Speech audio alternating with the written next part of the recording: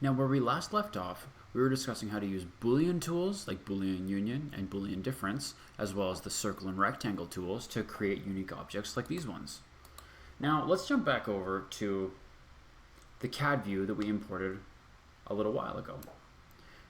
It's time that we take these lines that we imported from AutoCAD and figure out how to turn these into this. Now, I know that this probably looks very complex, but I can tell you that with the addition of one really simple tool, the offset tool, plus the other tools that we've already discussed, we're going to be able to make this in no time. Let me show you how we're going to. Now here in the model is where the existing building is going to be. Now, it would be easy enough for us to just take these lines, turn them into a planar surface, and extrude them from there. That would give us a solid mass, but we're going to give some insides to this existing building too. It's going to be helpful for us for later, and it's very easy. Now let's look at what AutoCAD imported for us. We see that we have a few sets of lines here, right?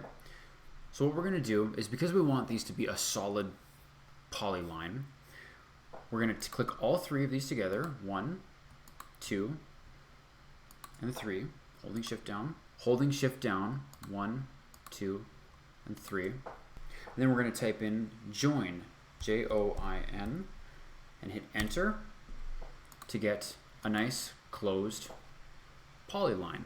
And instead of just turning this into a simple planar surface that we could extrude, we're going to turn these into a set of walls. And here's how we're going to do it with the offset tool. The offset tool is essentially a tool that, based on the plane you're working in this case we're working in the top plane, it's going to create an offset line from whatever polyline we have that we're working with. Let's try it right now. I'm going to type, first off, with the polyline selected, I'm going to type offset, O-F-F-S-E-T, and hit enter. Now, I already had an input of 0.5 inputted in here, so as you can see, it's going to try to create an offset line of 0.5 meters, because meters is the unit we're working in, around the existing line that we're trying to offset. Now, for now, because we want this to be a nice thick wall, because we're going to be extruding windows out of it and everything like that, we're going to go with a nice thick offset of 1 meter. Here's how we're going to do it. We'll select the polyline again. We'll type offset, O-F-F-S-E-T, hit enter. And then we're going to type, because we're working in meters, we're going to type 1 and hit enter. And as you can see, now it wants to offset it 1 meter from this line in this plane instead of just 0.5 meters. So this is good. As you can see, it gives us the option to either offset it from the outside or the inside of the building footprint. Now, because the city of Calgary has given this class the AutoCAD files for the building footprints, all the AutoCAD lines we're working from are going to be based on the outside lines, which means that whatever they gave us here is the outside of the building. So naturally, we're going to use the offset tool to offset it inward 1 meter to essentially establish what the walls are. Now look at that. We've got a nice even 1 meter offset between these two polylines. And that's going to serve as our wall as we start turning this set of lines in a single plane into a model. Now it's time we take these two polylines, one that we've offset from the other, and we turn these into a wall. Now here's how we're going to do it. We're going to start with that tool we've already worked with, the planar surface tool. Let's start right now. Since these are two complete polylines, here's what we can do. We can click anywhere near, left click, hold down. We're going to stretch a bounding box just like this over both of the lines with our left click still held, and then we're going to release. Now we've selected both of them. Now, Rhino is very smart in the sense that when we type in planar surface, it's not going to just create a surface that bounds everything on the inside like it did before. It knows that we're trying to create a planar surface between this line and this one. Let's try it right now. P-L-A-N-A-R-S-R-F, and hit enter. And there we have it. As we can see from the perspective view, we've got this nice surface on the inside. That's essentially going to be what we can extrude into a wall. So let's try that right now. Do you remember the extrude surface tool? Well, let's try it here. So type in EXTR. Oh, Rhino wants to fill it in already. EXTR UDESRRF. Hit enter. And look at that. It wants to make that wall for us right away. Now, some of you may have done some measuring already, or maybe you haven't gotten to this stage yet. Either way, it's totally fine. Where this existing building, I believe the floor height might be somewhere around 4 meters per floor in height. So here's what we're going to do. We're just going to create the first floor for now. So now that we've got this tool and it's extruding it, we're going to type 4 for 4 meters and hit enter. And there we have a nice 4 meter high wall. But what's it missing? The space needs an actual floor of some kind on top of it. If this is going to be a 2-floor building, we need to establish what that floor is. Here's how we're going to do it. That polyline or curve that we just extruded from is still right down here, right where it was when we just extruded it a wall. Let's try finding it here. Now you'll notice from the selection menu, there's a few options here. It wants to know if we want to select this inside curve, this overall surface that we just extruded into a wall, or this whole poly surface that is the wall. Now for now, we just want this guy on the inside. So let's click him right now. Select. He's in the yellow. We have him selected. Now here's what we're going to do. We're going to copy him, and because we want to essentially turn him into a surface that's going to serve as our second floor, here's how we're going to do it. We're going to, with the polyline selected, we're going to move over to the copy tool. We'll select copy, left click, point to copy from. We're going to select, oops, we'll scroll in a little bit with the scroll wheel. I don't know, we can select somewhere in there. Click, we'll drag up, and because we want the floor to start right at that 4 meters we established as being the floor to floor height, we're going to click, left click, and then hit enter. Now, as you can see, we've successfully just copied that floor right up to that new elevation that we've just extruded to. So when we go to when we try to select it, it might ask us in the selection menu what we want to select, and we're going to say we want the curve or polyline. We'll select it. Now, this is where we do just want a nice simple planar surface, because we're going to be turning this essentially into a floor of this building. So now we can use the planar surface tool again. So now we'll just use the planar surface again, PLANAR SRF. Type enter. Type enter. And that's just produced a nice surface that we can extrude the second floor from. So let's try extruding it right now.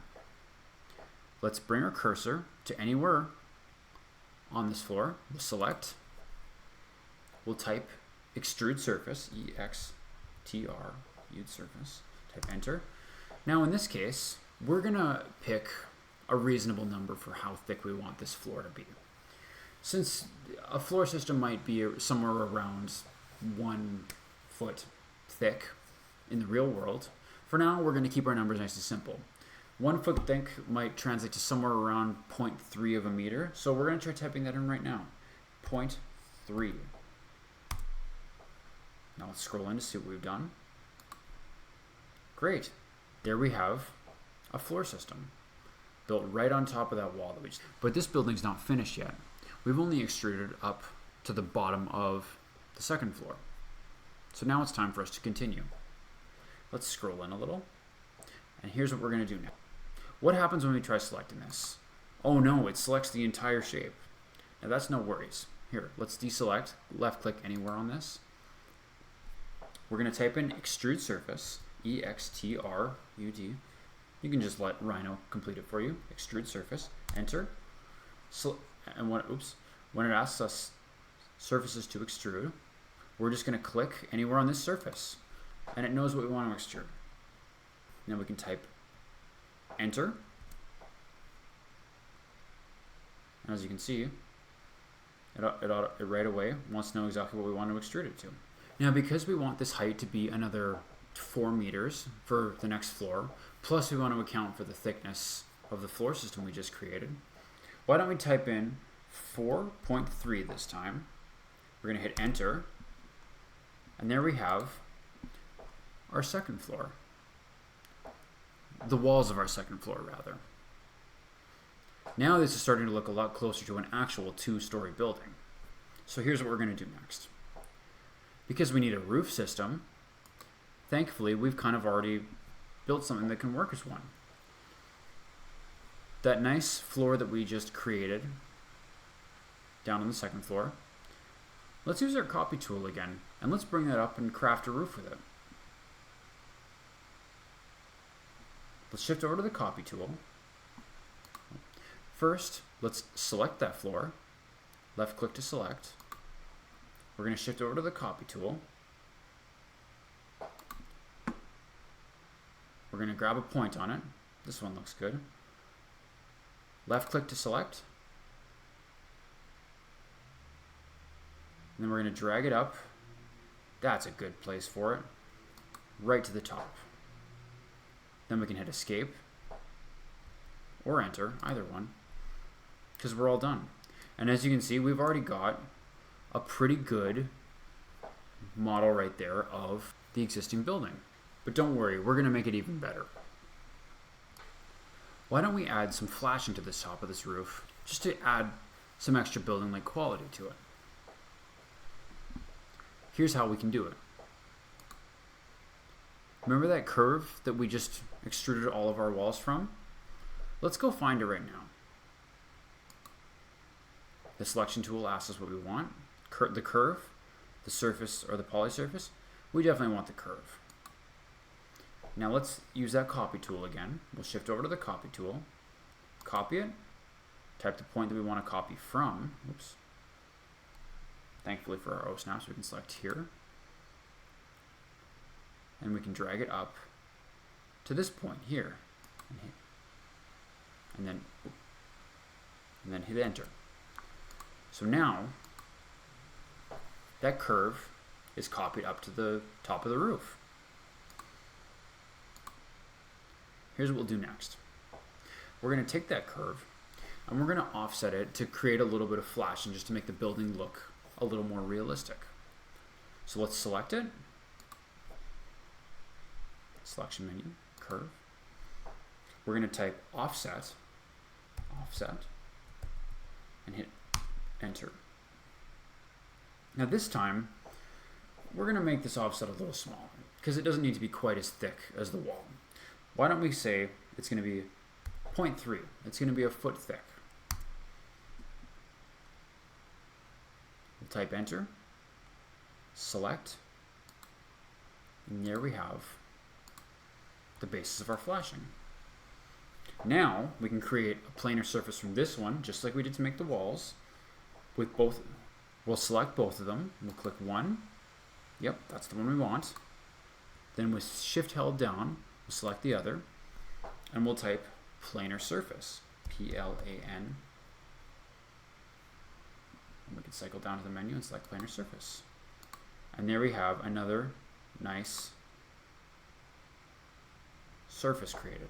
Now again, I know that sometimes in the selection menu, because of how complicated Rhino can get, you might have to cycle through to see the surface or polyline you just created. We'll select, we can find it, and thanks to the fact that it's highlighted in yellow, we can see that's exactly the surface we want. We'll select it, and now we're going to use the extrude surface tool one more time. Let's type in extrude, X-T-R-U-D-E, SRF. We'll hit enter, and as usual, it's going to give us the option to make it as thick or as thin as we want.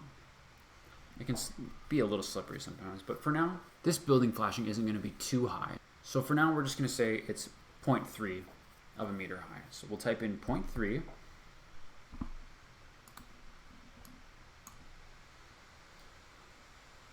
And from there, we'll have some nice building flashing that's 0.3 meters high. So look at what we've made just with a simple, we've got a solid model of the existing building that's already complete with the second floor.